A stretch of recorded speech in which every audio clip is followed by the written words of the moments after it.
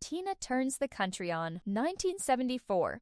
Tina Turns the Country On is Tina Turner's debut solo album after her split from Ike Turner. It features a departure from her typical R&B style, showcasing a collection of country music covers. While still technically part of the Ike and Tina Turner review, this album was released as a solo venture, Tina's first step toward independence from the man who had controlled her career and brutalized her personally for over a decade. The album featured covers of country songs by Kris Kristofferson, Dolly Parton, and James Taylor, with Tina's volcanic voice applied to gentle country arrangements. The juxtaposition was fascinating, a soul and R&B powerhouse reinterpreting Nashville material with unexpected tenderness. Commercially, the album made little impact, peaking at number 102 on the Billboard Country Albums chart. But it planted a seed. Tina Turner could sing anything. Acid Queen, 1975. Acid Queen is Tina Turner's second solo album, known for blending rock with soul and R&B elements. The album includes renditions of rock classics and songs from the rock opera Tommy by The Who, in which Tina had a role. Named after her iconic role as the Acid Queen in Ken Russell's film adaptation of The Who's Tommy, this album signaled Tina's true artistic ambitions. She didn't want to be a soul revue singer forever. She wanted to rock. The album covered Led Zeppelin's Whole Lotta Love and the Rolling Stones' Let's Spend the Night Together, with Tina attacking rock material with a ferocity that made the originals feel polite. Critics noticed the shift here was an R&B singer who could out-rock rock stars. But the label didn't know how to market her, and the album sold poorly. The rock direction was right. The timing was wrong. Rough, 1978. Rough is the third solo studio album by Tina Turner. This is Turner's first solo album, released after her divorce from husband Ike Turner in 1978. Rough is made up of mostly blues and disco cover songs with a rock influence. Just like the preceding Acid Queen, the album was an indication that Turner wanted to take her music into a rock-oriented direction. By 1978, Tina had finally escaped IK fleeing with 36 cents and a mobile credit card after a particularly violent incident in a limousine in Dallas. The divorce left her with nothing. No money, no home, no career momentum. Rough was her first album as a truly free woman, but freedom came at a cost. Without Ike's name and infrastructure, Tina was starting over at 38 years old. The album blended blues, disco, and rock covers with a grittier, raw energy that reflected her newfound independence. Despite positive critical reception, it was not a commercial success. Tina was caught between worlds: too rock for R&B radio, too R&B for rock radio, too old for the youth market. She was working casino lounges and small venues, sleeping on friends' couches, wondering if her career was over. Love Explosion, 1979. Love Explosion combines elements of disco and rock, reflecting the musical trends of the late 1970s. Released in 1979, Love Explosion was Tina's final album for United Artists Records and her last studio album for 5 years. The disco-influenced production attempted to capitalize on the era's dominant sound, but the album arrived just as disco's commercial bubble was bursting. However, none of these releases were commercially successful, and Turner left the label at the end of the decade. Love Explosion sold poorly, and Tina found herself without a record deal, a 40-year-old former superstar playing Holiday Inn ballrooms and casino lounges to survive. Nobody understood was that Tina Turner was just getting started. Private Dancer, 1984. This is the album that rewrote history. Private Dancer is the fifth solo studio album by singer Tina Turner. Released May 29, 1984, Private Dancer is not just the greatest comeback album ever made, it's one of the greatest albums ever made, period.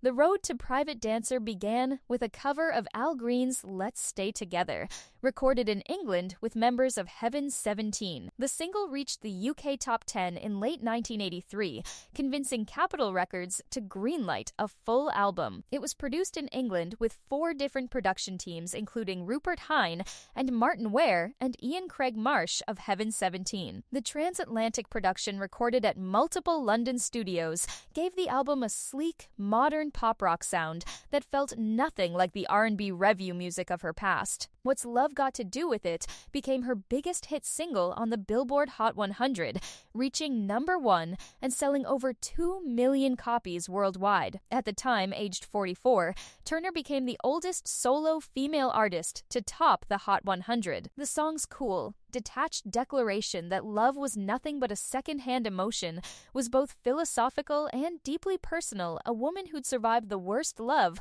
could offer, dismissing the entire concept with a shrug and a killer hook. Worldwide, the album has been estimated to have sold over 20 million copies. At the 1985 Grammy Awards, Private Dancer won 4 of the 6 awards for which it was nominated. Better Be Good to Me won Best Female Rock Vocal Performance. Private Dancer, written by Mark Knopfler of Dire Straits, became a haunting album highlight. We Don't Need Another Hero, from the Mad Max Beyond Thunderdome soundtrack, in which Tina also starred, topped charts worldwide. No less than 7 of the album's 10 tracks were released as singles. The album was certified 5 times platinum in the United States and sold over 20 million copies worldwide. Tina Turner had gone from sleeping on friends' couches to selling out arenas. She was 44 years old. The industry that had dismissed her was now bowing at her feet. Break Every Rule, 1986. Break Every Rule continues Tina Turner's successful comeback, featuring a lineup of session musicians and produced by several producers including Terry Britten and Bryan Adams.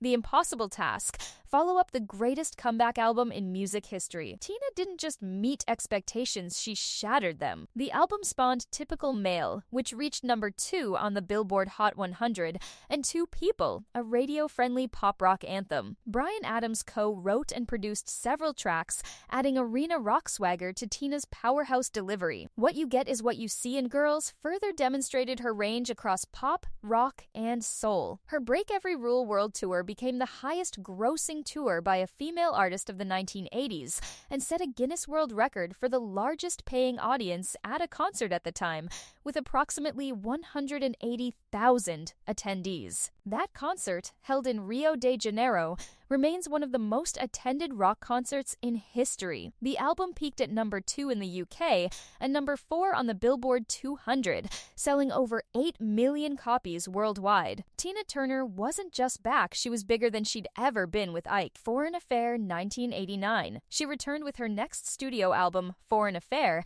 in 1989. Its lead single, The Best, was a worldwide hit that year, and the album sold over 1.5 million copies in the United Kingdom alone. Foreign Affair peaked at #1 on the UK albums chart. Foreign Affair became Tina's most successful album in Europe, where she was worshipped as a living legend. The Best, a cover of a Bonnie Tyler song, became Tina's signature anthem with its soaring chorus and triumphant declaration, "You're simply the best, better than all the rest." The song has been used in countless sporting events, advertisements, and films, becoming one of the most recognizable songs of the late 20th century. I Don't Want to Lose You, Steamy Windows, and Look Me in the Heart all became European hits. Foreign Affair showcased Tina's ability to convey mature romantic longing with sophistication. The album sold over 8 million copies worldwide, with particularly stunning numbers in the UK and Germany, and confirmed Tina's status as one of the biggest live draws in the world. What's Love Got to Do With It? 1993. In 1993, the biopic What's Love Got to Do With It, starring Angela Bassett and Lawrence Fishburne, told Tina's harrowing life story to a global audience. The accompanying soundtrack blended re-recorded classics with new material, including I Don't Wanna Fight, a powerful ballad about refusing to engage in destructive conflict. I Don't Wanna Fight became her first U.S. top 10 hit since 1986. The What's Love Got to Do With It soundtrack peaked at #1 on the UK albums chart. The film earned Angela Bassett an Oscar nomination and introduced Tina's story to a new generation. The soundtrack sold over 8 million copies worldwide and reminded the world that behind the hits was a woman who'd survived the unthinkable. Wildest Dreams, 1996. Released in 1996, Wildest Dreams peaked at #4 on the UK albums chart, spending 43 weeks on the chart. The album featured a star-studded roster of collaborators and continued Tina's European dominance. In 1995, she performed the title song for the James Bond film GoldenEye. GoldenEye, the theme to the Pierce Brosnan Bond film, became a worldwide hit and further cemented Tina's status as a cultural icon transcending music. On Silent Wings, Missing You, and Whatever You Need became European hits.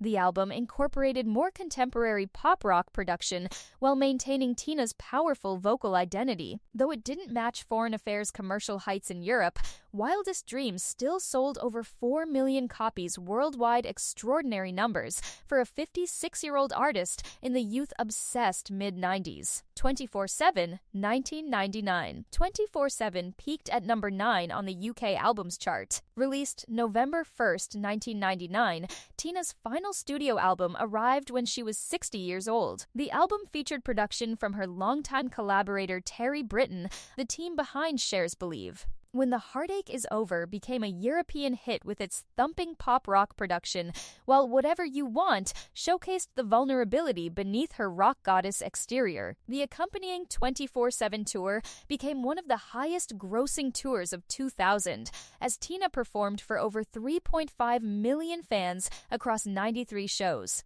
In a world obsessed with teenage pop stars and boy bands, a 60-year-old grandmother was outselling them all in concert. The tour reportedly grossed over $120 million. 24/7 served as a farewell Tina's final studio album and the closing statement of one of music's most extraordinary recording careers. She would continue performing live, including a massive 50th anniversary tour in 2008-2009, before retiring to her home in Knocht, Switzerland, with her husband, Erwin Bach. On May 24, 2023, Tina Turner passed away at the age of 83, leaving behind a legacy that transcends every metric the music industry uses to measure greatness. 9 solo studio albums, 12 Grammy Awards, 2 Rock and Roll Hall of Fame inductions, over 200 million records sold worldwide. The greatest comeback in music history, but the numbers don't capture what made Tina Turner singular. She survived abuse that would have destroyed most people. She rebuilt herself from nothing at an age when the industry considered her finished. She became the biggest female touring act in the world in her 40s and 50s. And she did it all with a voice that sounded like thunder wrapped in velvet, a force of nature that no producer, no label, no abuser, and no amount of industry indifference could ever silence. Simply the best, indeed.